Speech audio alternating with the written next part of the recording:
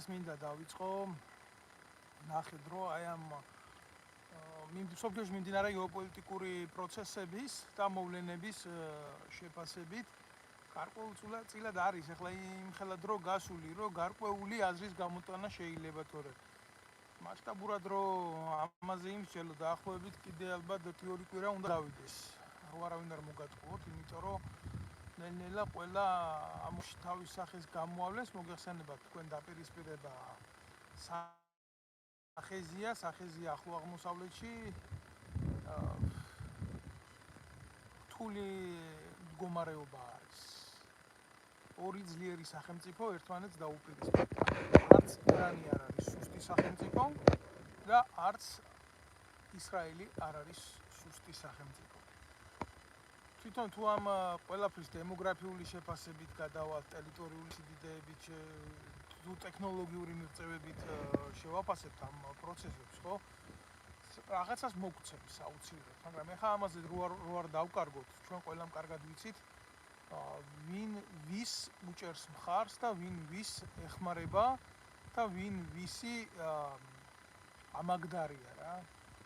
ამიტომ მე ვისურვებდი რომ ამ თემის ირგვლივ ჩემ მეგობართან გოჩავეტრიაკოვთან ერთად გქონდეს უახლოეს მომავალში განხილვა, მე დაუკავშირდები მას და ვთხოვ მის კომენტარებს, მის განხილვებს და ანალიზებს ამ ყველაფერთან დაკავშირებით, მიუხედავად იმისა, მისი აზრი ძალიან კომპეტენტური იქნება ამ შეფასების დროს, იმიტომ რომ ის იყო საზღვაო ძალების სარდალი და მოგეხსენებათ თქვენ, რომ ირანი არის საზღვაო სახელმწიფო, არათუ არის, არამედ მას ყავს სამხედრო საზღვაო ფლოტი, ყავს წყალქვეშა ნავები, აი გუშინ მაგალითად ბალისტიკური ცეცხლი გახსნა ზღვიდან.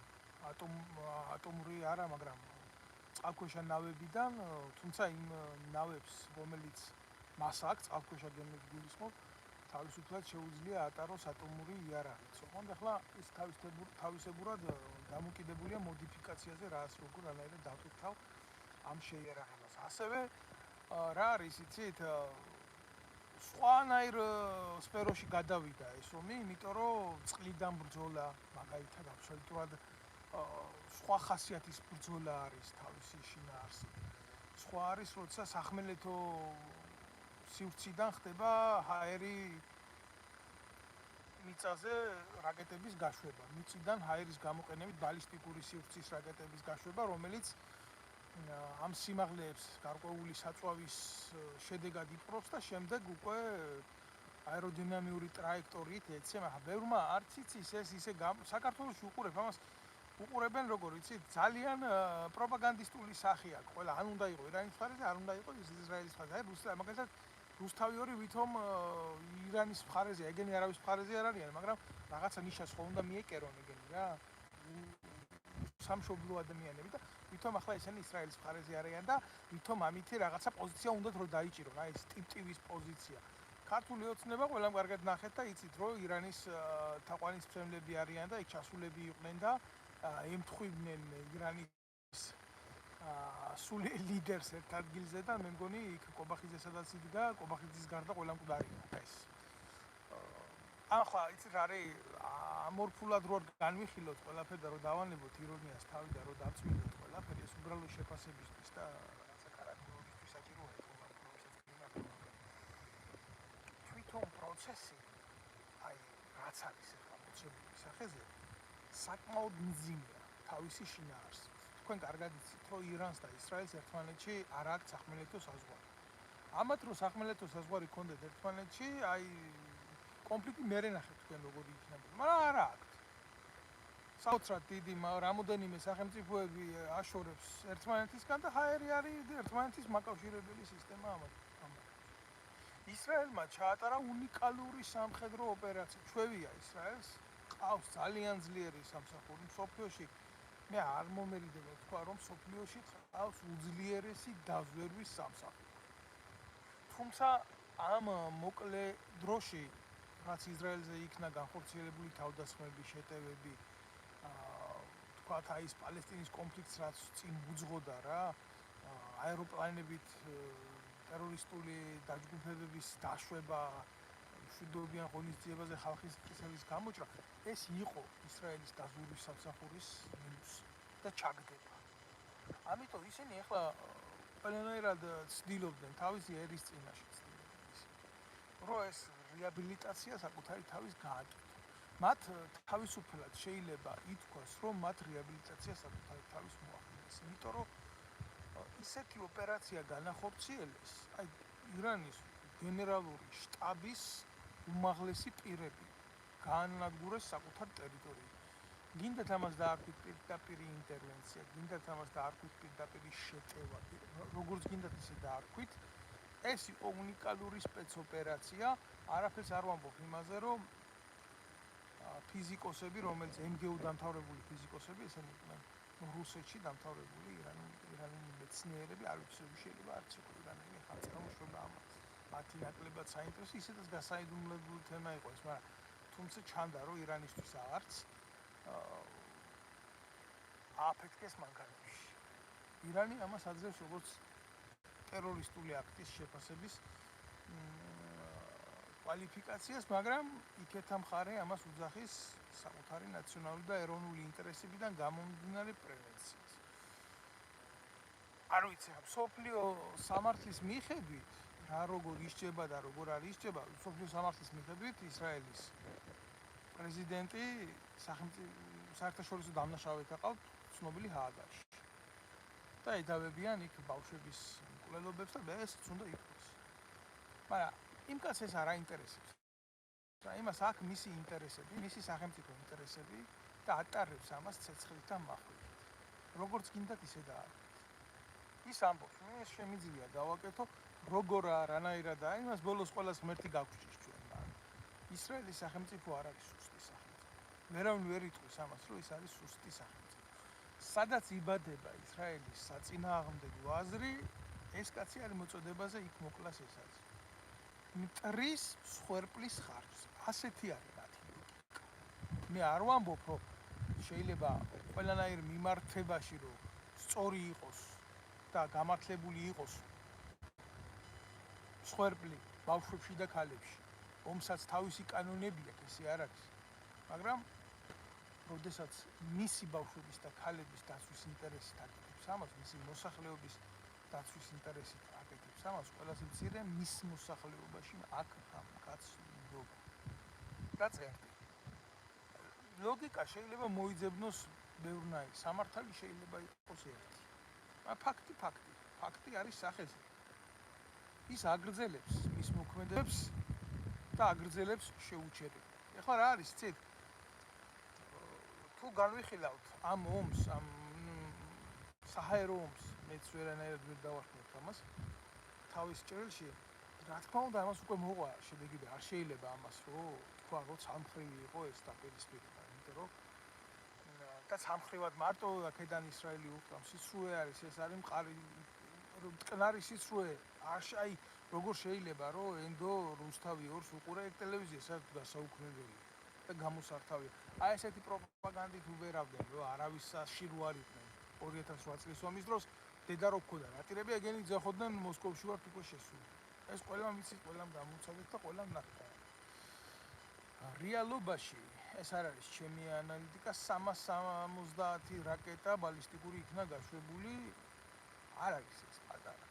და არ არის ეს ის რაოდენობა, რომ თქვა, რომ ცოტა არის. კი რა თქმა უნდა, ისრაელმა წინასწარ დაარტყა ბალისტიკური რაკეტების საცავებს, წინასწარ განახორციელა ტრადიციული სამხედრო იერიშები, როგორც ხდება, მოულოდნელობის პრინციპი გამოიყენა ირანის წინააღმდეგ, იმ სპეცოპერაციებით, იმ აქტებით, იმ განეიტრალებით, უნდა ითქვას რა, ამან დემორალიზაცია ვერ მოახდინა ირანის შეიარაღებული ძალების და ისინი უშვებენ ბალისტიკურ რაკეტებს აერში.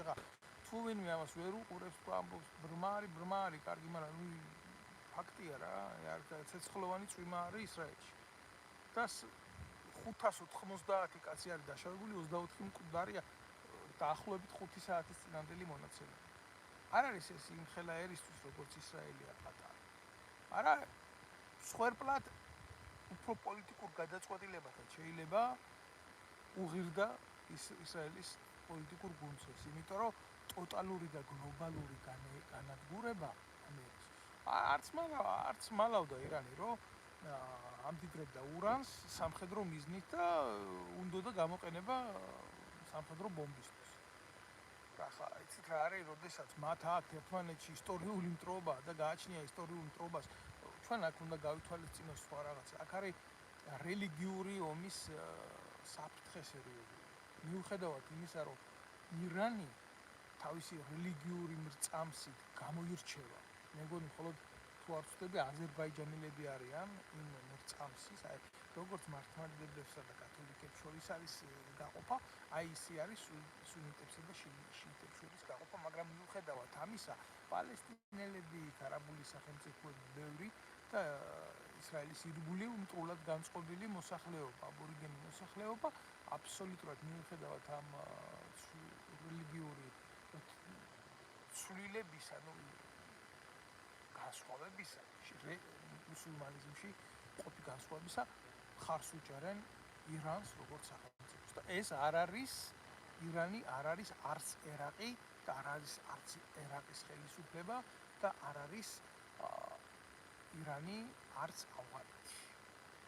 თქვენი ჭირიმეთ, ვისაც ეს ეშლება, მისი პრობლემა, უყურებ დილეტანტურ შეფასებებს, რომ ირანის დაჟანგული დამბაჩები, ესენი ნიჰილიზმამდე აყვანა და ისრაელი რო ურტყამს იმის რომანტიზება ომის, ეს ნაციონალური მოძრაობის ვირთხული მეთოდი, უკრაინაში რომ ომი კარგია და ახლა მოსავლეთში ომი კარგია და ნეტავი საქართველოშიც გვესროლონ ბალისტიკური რაკეტა. ამათი უცნაური ეს. გეუბნებით თქვენ რეალობას, მაგრამ ყოფადი, რასაც ჩვენ გვიჩვენებს დღევანდელი მდგომარეობა, ისმენთ? ირანის პოტენციალი გაცილებით ძლიერია და არ დაწყებულა ამ სახელმწიფოს მიერ იგივე ტერორისტული აქტებით მოქმედება ისრაელის ტერიტორიაზე. და ირანი გამკეთებელია ამისი, იმიტომ რომ ძალიან ბევრი ფანატიკოსი ემორჩილება აი ამ ეგრეთ წოდებულ სახელმწიფოს, რომელიც ახლა ვიღაცას მოსწონს, ვიღაცას არ მოსწონს, იქ რევოლუციური არმია დაყავთ ეს ყველაფერი გამოცხადებული და მით უმეტეს ამისა მეთანიაჰუმ განაცხადა, რომ აგერ თქვენი პრინცი ვარიობი და მოუწოდა ისრაელიდან ირანში მყოფ მოსახლეობას, მათ შორის ეთნიკურ განსხვავებულ მოსახლეობას, რომ შეცვალეთ თქვენი მთავრობა. ასე იგი პოლიტიკური ნიშნები გამოჩნდა ამ ყველაფრის, არა მარტო მისი ქვეყნის უსაფრთხოების, არამედ აშკარად დაადო ხელი ირანის ხელისუფლების მიმართ მტრულ განწყობას, რომელიც მისი ცვლილებით არის განპირობებული და ახლა რა თქმა უნდა ამაზე ირანი გააკეთებს და ირანის ხელისუფლება გააკეთებს პოლიტიკურ შეფასებას, რომ ეს არის ხელისუფლების წინააღმდეგ მიმართული და ერის მიმართ მიმართული კამპანია და რაღაცა, მაგრამ ის ალბათ დაავიწყდა თავიდან თვითონ რომ დაბრუნდეს ისრაელი აბსოლუტურად მოწმენდილ ცაზე. ხო და ახლა ის რაც ემართებათ და ესეც გაგრძელება იმ სტიგმის, რაც აქამდე იყო და რაც აწიც იქნება. რა მინდა იცი რომ თქვა სამწუხარო არის ფაქტი. თუ ეს კონფლიქტი გაღვივდება სათანადოდ, იმიტომ რომ პირველი დახმარება უკვე რაც არის მოიაზრება ანკლავი, ეს არის ჩინეთი, რუსეთი, ირანი. ჩინეთმა უკვე განახორციელა სამხედრო სახის დახმარება, მათ შორის მისი სატელიტებით გადასცა ინფორმაცია ისრაელის საფრენი აპარატების შესახებ და თანამედროვე ტიპის საფრენი აპარატი უკვე ჩამოგდებული იქნა პირველი ისრაელის ირანის საჰაერო თავდაცვის მიერ. ზოგადად გლობალურად ისრაელის საჰაერო თავდაცვა ვერ მუშაობს, რა თქმა უნდა, ისედაც საჰაერო თავდაცვა უნდა ვთქვათ, რომ ძალიან ძვირი სიამოვნება არის და მისი გამოყენება ომებში, ბრძოლებში ასე მარტივი არ არის. მით უმეტეს აუცილებლად აქვს იმას მნიშვნელობა, რა ხარისხის საჰაერო თავდაცვა ებრძვის ჰაერიდან მოქმედ აპარატებს. თუ მაგალითად მეოთხე თაობის თვითმფრინავები არის და ქვევით მეორე თაობის საჰაერო თავდაცვა აკეთებს საჰაერო სივრცის დაცვას, ის არ იქნება სასწაული ეფექტური, იმიტომ რომ დიდი სხვაობა აეროდინამიურ სიჩქარეებში საერთოდ საჰაერო ბრძოლები გრძელდება 19 წამი, 15 წამი დაახლოებით ასე. და მანამდე სანამ თვითმფრინავების მიერ ხდება იმის გაშვება, რაკეტების გაშვება, ვთქვათ, ან მიზნებზე, ან ანტისაჰაერო თავდაცვის აპარატების მიმართ, მანამდე ცენტრალური გამომთვლელი სისტემა, რომელიც რაკეტს ტენის ყვებავს შესაბამისი ინფორმაციით, მანამდე აწვდის ინფორმაცია სხვადასხვა ტრიანგულაციების და გადაჭრების რამდენად ავთენტური იქნება თვითონ სისტემა აფასებს რადიოლოკაციური მხების მეშვეობით, თქვათ, ამ და იმ მიზანზე რაკეტის გაშვება თუ არა. თქვენ წარმოგიდგენიათ, არსებობს ისეთი რაკეტები, რადიოლოკაციური რაკეტები, რომელიც გააჩნია საფრენ აპარატებს, რომელიც აი მაგალითად ასხივებს მიწიდან საჰაერო თავდაცვის რადარი, ხო? იჭერს იმ სხივს, რომელსაც ასხივებს და მასზე უშვებს პირდაპირ რაკეტას და ის არ ცდება, პირდაპირ მიდის და ეხუტება იმ ლოკატორს, რომელიც უკეთებს მას მონიტორინგს აერში. ანალოგიური არის სარაკეტო სისტემაზე, რომელსაც იმართება მე ამ ყვებავი ინფორმაციით და მიდის რაკეტები მიწიდან ცაში, ციდან მიწაში. ეს ისეთი სისწრაფეებია და ისეთი სიჩქარეებია, მათი თუ არ ვთქვი მახში იზომება სისწრაფეები აეროდინამიური მიზნების და ეგ ახლა იცით რა არის, არა მარტო იარაღის დახვეწილებაზე არის აქ ლაპარაკი, არამედ რამდენად გაწვრთნილი ყავს შემდგარი შემადგენლობა, რამდენად ფლობენ ისინი საბრძოლო მოქმედების სტილს, მუშაობის სტილს, იცნობენ ხასიათს, არჩევენ მანევრს, იციან ეს არის მთელი ხელოვნება, საბრძოლო ხელოვნება, აქ მარტო ტექნიკა არ ლაპარაკობს. შეიძლება 90% ლაპარაკობდეს ტექნიკა, მაგრამ 10% თუ მეომარი არ ვარგა, თუ მასში არ არის ის თვისებები, რაც არის დამახასიათებელი უშიშ არ კაცისთვის, ჭკვიანი კაცისთვის, გამოცდილი ოპერატორისთვის თუ მიზნე ოპერატორისთვის, რომ ბოლოს ნებისმიერ ტექნიკას ხელს ადამიანი აჭერს რა. და ესეთი რაღაცები არის, აქ ძვირი ამოუნება არის. თავდაცვის უნარიანობა ყველა ქვეყნისთვის, მაგრამ საქართველოს ხელისუფლების გარდა ყველა ხელისუფლებას, მათ შორის ირანშიც შეგნებული აქვს, რომ უფრო ძვირი საჰაერო თავდაცვის აპარატებზე, საწინააღმდეგო აპარატებზე არის თავისუფლება. და ამიტომ სუვერენულ სახელმწიფოებს ყავს საზღვაო ფლოტებიც, რომელიც ჩვენ სვის აკვატორია გვაქვს და სხვა არ დაგვაჩნია და ყავს საჰაერო თავდაცვას და ყავს სამხედრო ავიაციას. ომში ხდება ისე, რომ ანადგურებს მოწინააღმდეგე ავიაციასაც, ფლოტსაც, საჰაერო თავდაცვასაც, მაგრამ ეს არის ბრძოლის ამბავი, ეს არის ღირსების ამბავი და იმ ერს, რომელსაც გააჩნია ღირსება, მისმა ჯარისკაცმა თუნდაც სიკვდილის ბოლოს ბრძოლის მიზნზე მაინც უნდა შეინარჩუნოს ის. ამაში არის ერის ხასიათი, ერის თვისება გადმოიცემა ამაში. ვერავინ ვერ იტყვის, უყურებ მიზნებს როგორ არჩევენ. მიზნები რა ვიცი ხა. თუ ვინმე თვლის, რომ ამ ომში მიზნები არის, მე ძალიან მაგრად მეჭვმეპარება, რომ ირანი მიზნებს არჩევს ისრაელში. ირანი ესვრის ყველას და ყველაფერს. ისრაელი შეიძლება არჩევდეს და ამის ნათელი მაგალითებიც არის გენერალურ შტაბში. საჰაერო თავდაცვის სარდალს რომ მოკლავით გენერალს. ეს არ არის შემთხვევითი გასროლა, ხო? ვიღაც მეცნიერს რო აფეთქებ, იმიტომ რომ იცი რომ ის ამდიდრებს ურანს და ქმნის და ის არის პოტენციალი. ესეც არ არის შემთხვევითი გასროლა, გაგიგე? ამიტომ ორივე მხრიდან ძალიან სერიოზული ნაბიჯებია გადადგმული იმისთვის, რომ უფრო მკვლელი და უფრო სასტიკი გახდეს ეს მანქანა და უფრო დაუნდობელი გახდეს ეს მანქანა. მიაქციეთ ამას ყურადღება, აქ არ არის სახუმარო ამბავი, ხო უყურებთ? როგორც კი გაიხსნა ცეცხლი ამ მიმართულებაზე, არის მისო კარგათა და ვიმედოვნებ, რომ კარგად გესმით ჩემი დაწერეთ აქ ხვალ თუ ისმის გადაცვლა. მე ვცდილობ ყოველ შემთხვევაში დავით, რომ კარგად ისმის. აი დააკვირდით, როგორც კი გაიხსნა ცეცხლი ირანის მიმართულებით და ირანმა გახსნა ცეცხლი ისრაელის მიმართულებით, თითქოს ყველას დაავიწყდა უკრაინა. ომი უკვე ევროპის ტერიტორიაზე არის. ოსაბჭოთა სივრცეში არის. და ეხლა ატყდა ესეთი წერა. რა შეიძლება ამას მოყვეს? ეს არის ომის ექოს გამოძახილი, აი რა ავტორიტეტი უნდა გამოჩნდეს ეხლა. რომ აი ეს კონფლიქტი ჩააწყოს.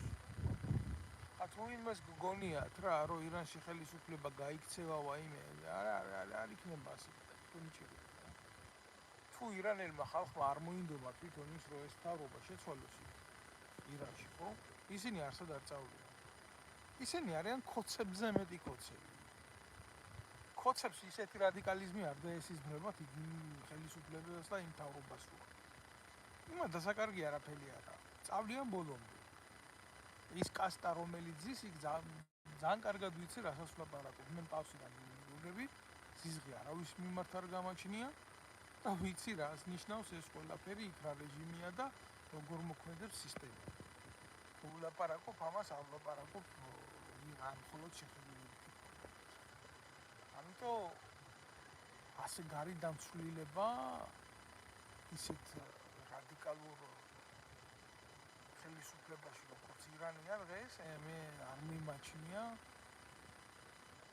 რეალურად. მიუხედავად იმისა, ამას თუ მოყვა მასშტაბური სახე, ჰაერიდან დაწყებული ომი ვერასოდეს ვერ მივა ფინალურ შედეგამდე. ავიაცია კლასიკური გაგებით, კლასიკური ომის გაგებით კი რა თქმა უნდა იძენს თანამედროვეობაში სიზუსტის GPS-ურ მეთოდებს და კი განადგურების კლასიკურ სიზუსტ იმას აღწევს დონეს, მაგრამ ავიადარტყმებით არასოდეს არ მთავრდება ომი. დაწყებით კი იწყება, მაგრამ დამთავრებით ავიადარტყმებით ომი არ მთავრდება. გითხრათ და ამას არ არის ეს ჩემი გამოგონილი, ეს არის ომის კლასიკური სახელმძღვანელოებიდან აქამდე ასე იყო და შეგიძლიათ ამაში ნებისმიერს შეეკითხოთ ვინც არის პროფესიონალი სამხედრო თუ არ არის კამპანია საბრძოლო კამპანია განხორციელებული სახმელეთო ოპერაციით თუ არ ხდება დაკავება მოწინააღმდეგის სტრატეგიული სიმაღლეების ობიექტების ასევე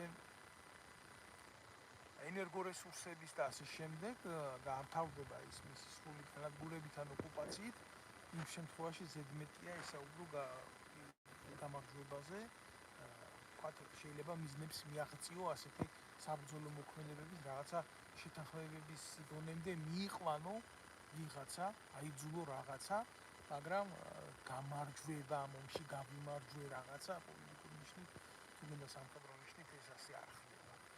მე გითხარით, თქვენ რა არის კლასიკური ფორმა გამარჯვების სახმელეთო ჯარებით მოწინააღმდეგის საბოლოო დაპყრობა, ოკუპაცია ან განეუტრალება, ამ განადგურება მტრისა და მოწინააღმდეგეს.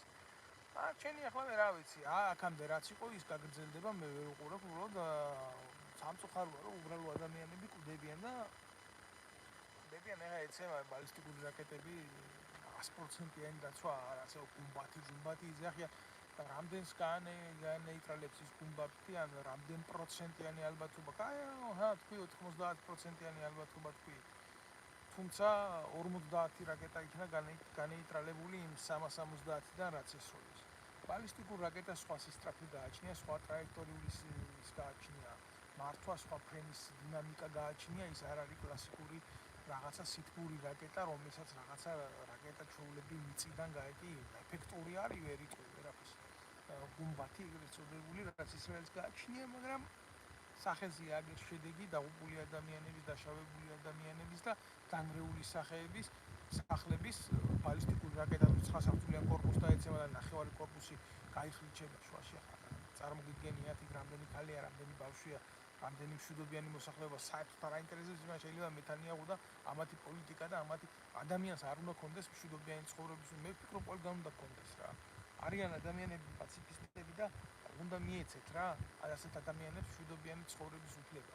რა ირანშიც რა არ არიან პატიოსანი ადამიანები, ვისაც რომლები თავში ეცემიან, რა თქმა უნდა არიან. ამიტომ ეს რთული საკითხი არის, ეს მარტივი საკითხი არ არის.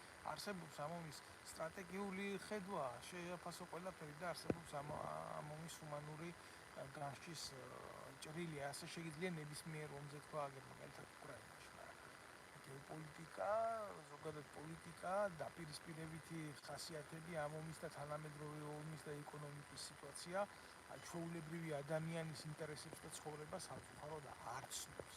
კი, ამბობენ, რომ დეკლარირებულია მშვიდობა, პატიოსნება, ადამიანის ცხოვრების უფლებები, ინდივიდუალიზმი, ქვეყნის ინტერესები, მაგრამ ასე არ არის რა. ფაქტიურად გარემო დაყოფილია მართვის ზონებად და სამყაროში ხდება მხოლოდ და მხოლოდ ილუმინატურის შეთანხმება. რაღაცას მოსწონს შეიმსაუბარი, რაღაცას სისულელად მიაჩნია, მაგრამ აბა გადახედეთ უახლოეს მომავალში თუ ადამიანს შეუძლია გაიქცეს ერთი სივრციდან თავი შეაფაროს მეორე სივრცეს და იქაც შეიძლება იგრძნოს თავი მშვიდად, იმიტომ რომ მას არ იცნობენ. თუ რა თქმა უნდა ის მივა იმ სოციუმამდე ექნება ის მოთხოვნილებები, რაც იმ ქვეყანაში ზღვარს ბადებს ადამიანის თავისუფლების, იქაც შეიძლება წარმოიშვას პრობლემები. ასე რომ ყოველთვის ყველგან არსებობს გარკვეული საზღვრები, ეს არ ეხება მხოლოდ իրანის და ისრაელის დაპირისპირებას რა. ადამიანი თავისი ბუნებით რთული არსება და მისი მოწყობა სხვა სოციუმთან და სხვა კომუნასთან, ადამიანთა კომუნასთან თავისთავად ინდივიდუალურია.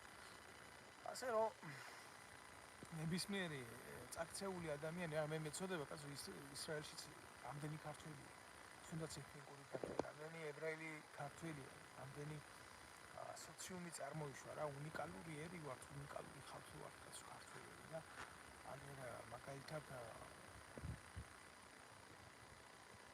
რამდენი ცხოვრობს ისრაელის მოქალაქეა, მაგრამ თუ ისე ხმაში თავს ქართველად გვწმობს და საცოდაობა არაა ირანში ფერეიდნელმა ქართველმა გაუშვას ბალისტიკური რაკეტა და ისრაელში თავში მოხდეს ებრაელს, რომელიც თავს ქართველ ებრაელად თვლის.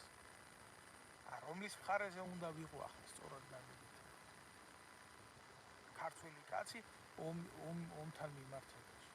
მე უბრალოდ მაგ ესეთი განცდა, ეს ჩემი სუბიექტური აზრი არის ესეთი, რომ просто შაჰაბასის და იმის ჯიშის მხარეზე 1000 წელი ვერ ვიქნები რა. შაჰაბასი ეს მეზიზღება მათი ყოფა, მათი არსებობა, მათი ეგენი რო არ ყოფილიყო, შეიძლება ჩემი ერი ვაფშე სხვა სიმაღლეზე ყოფილიყო. ერთი რო დაგვასვეს და დაგვარტყეს ზურგში, მის მერე ვერ გავიმართეთ წელში როგორც ერი. ვაზი გვიჩეხეს და დაგვიტირეს და მოგდაგეს ბოლომდე. კახეთიან, იმერეთიან ყველაფრიანად რა. სულში და ხორცში გვირიეს ხელი და ვინ აგეთა კაცო ბებია ქართველი ყავდა შაჰაბას. და ასე რო კვდებოდა მაშინაც დაარღნიანმა მე ვერ დავამარცხე ერთი სიგული და მეორე ქართველი.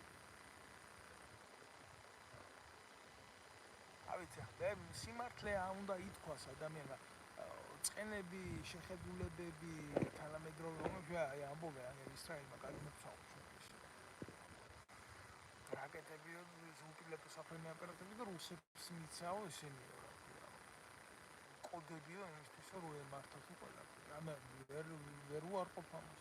თუ ასე მოიქცა, მაშინ სად იყო საგარეო საქმეთა სამინისტრო ჩვენ? მილიონებს რო უხდიდა. ასე საჰაერო თავდაცვის იარაღიც მოგცა რაფაელი. ჩვენ ისრაელმა და მე ვარ მოწმე მაგისი უამრავი თვითმფრინავი და ვერტფრენი ჩამოვარდა რუსების ომის დროს.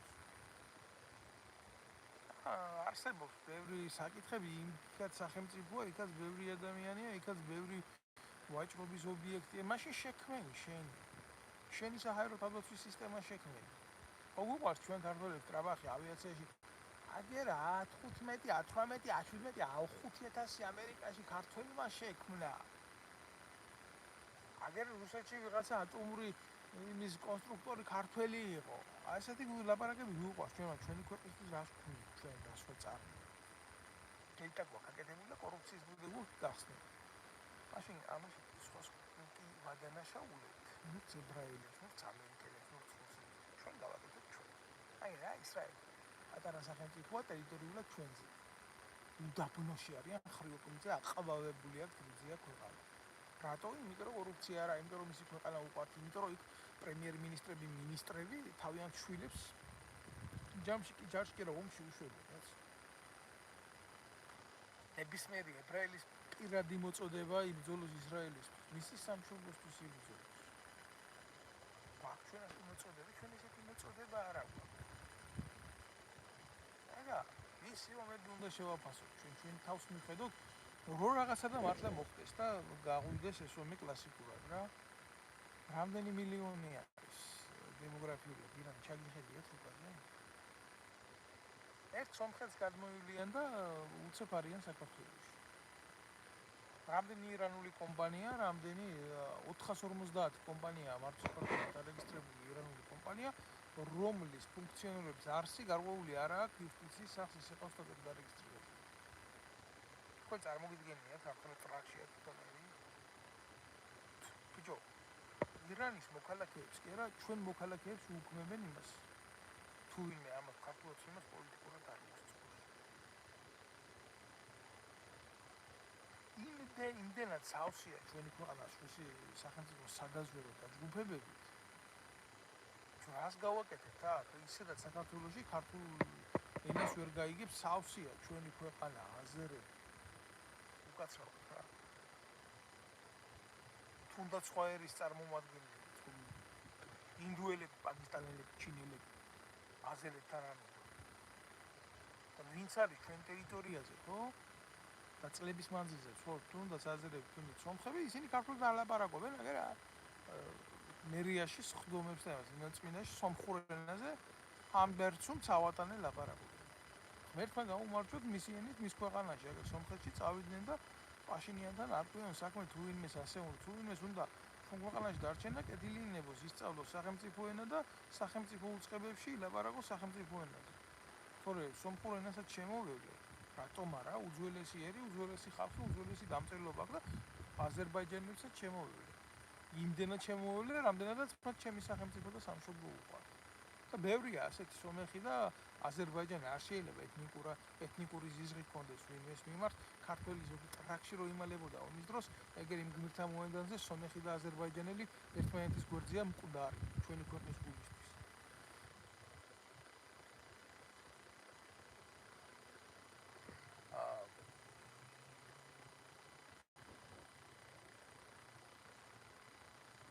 ესე ერაფერს ვერ ვიტყვი მეც ჩემი სათქმელი უკვე თქვი. დანარჩენი შემოკარგებო გამოაჩენს აგერ დრო და გამოაჩენს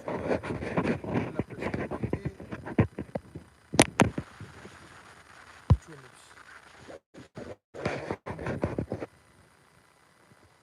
თუ რა იქნება, მე რა უნდა ვიფიქრო ახლა რა ჩემი.